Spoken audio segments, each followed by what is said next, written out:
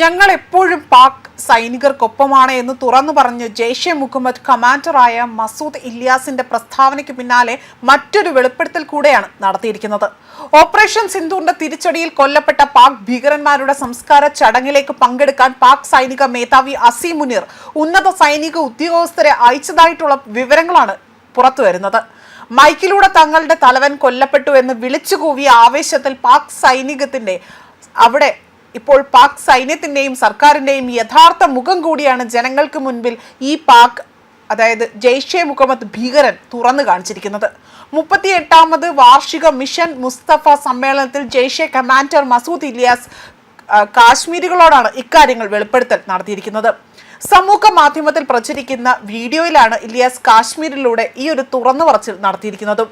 ഭീകരരുടെ സംസ്കാര ചടങ്ങിൽ ഉന്നത സൈനിക ഉദ്യോഗസ്ഥർ പങ്കെടുക്കുന്ന ചിത്രങ്ങൾ മുൻപ് പുറത്തു വന്നിരുന്നെങ്കിൽ പോലും ഇതിൽ പാക് സൈനിക മേധാവിയുടെ ഇടപെടൽ ആദ്യമായാണ് ഇപ്പോൾ പാക് ഭീകരൻ തന്നെ സ്ഥിരീകരിച്ചുകൊണ്ട് രംഗത്ത് വരുന്നത്.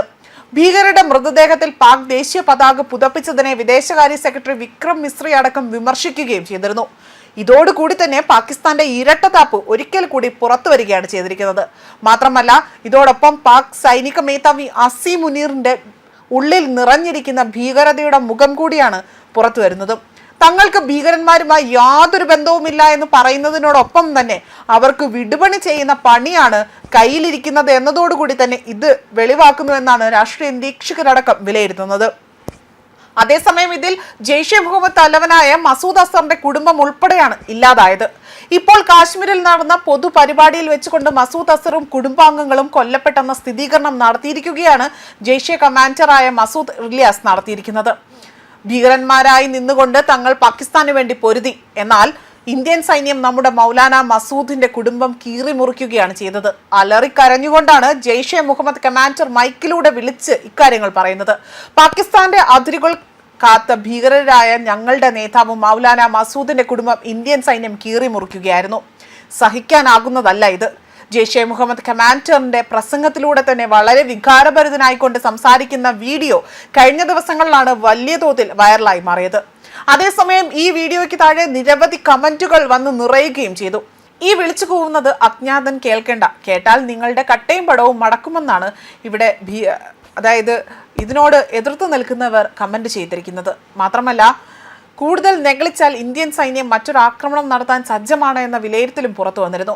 ഓപ്പറേഷൻ സിന്ധുവിന്റെ ഭാഗമായി ഇന്ത്യ നടത്തിയ വ്യോമാക്രമണത്തിൽ തങ്ങളുടെ തലവൻ മസൂദ് അസറിന്റെ കുടുംബാംഗങ്ങൾ കൊല്ലപ്പെട്ടതായി മസൂദ് ഇല്യാസ് കാശ്മീരിലെ ആ വീഡിയോയിൽ സമ്മതിക്കുകയും ചെയ്യുന്നുണ്ട്. ഭീകര സംഘടനയ്ക്കുണ്ടായ നാശനഷ്ടങ്ങൾ അംഗീകരിക്കുന്നതായും തങ്ങൾ എപ്പോഴും തന്നെ പാകിസ്ഥാൻ സൈന്യത്തിനൊപ്പം നിൽക്കുമെന്നും ജെയ്ഷെ ഭീകരൻ ഇവിടെ തുറന്നു പറയുകയും ചെയ്തു. മെയ് 7-നാണ് ഓപ്പറേഷൻ സിന്ധുവിന്റെ ഭാഗമായി തന്നെ ബഹാവൽപൂരിലെ ജെയ്ഷെ ആസ്ഥാനമായ ജാമിയ മസ്ജിദ് സുഹാൻ അല്ലാഖ് ഇന്ത്യൻ മിസൈൽ ആക്രമണത്തിലൂടെ തന്നെ തകർത്തത്. ഏപ്രിൽ 22-ന് പഹൽഗാമിൽ 25 വിനോദസഞ്ചാരികളെ ക്രൂരമായി വെടിവെച്ച് കൊലപ്പെടുത്തിയതിനുള്ള ഇന്ത്യയുടെ പ്രതികാരമായിരുന്നു ഇത്. അതേപോലെ തന്നെ ജെയ്ഷെ ആസ്ഥാനം കൂടാതെ പാകിസ്ഥാനിലെ മറ്റ് 8 ഭീകര കേന്ദ്രങ്ങൾ കൂടി ഇന്ത്യ തകർത്ത് തരിപ്പണമാക്കുകയും ചെയ്തിരുന്നു. ന്യൂസ് ഡെസ്ക് കർമ്മ ന്യൂസ്.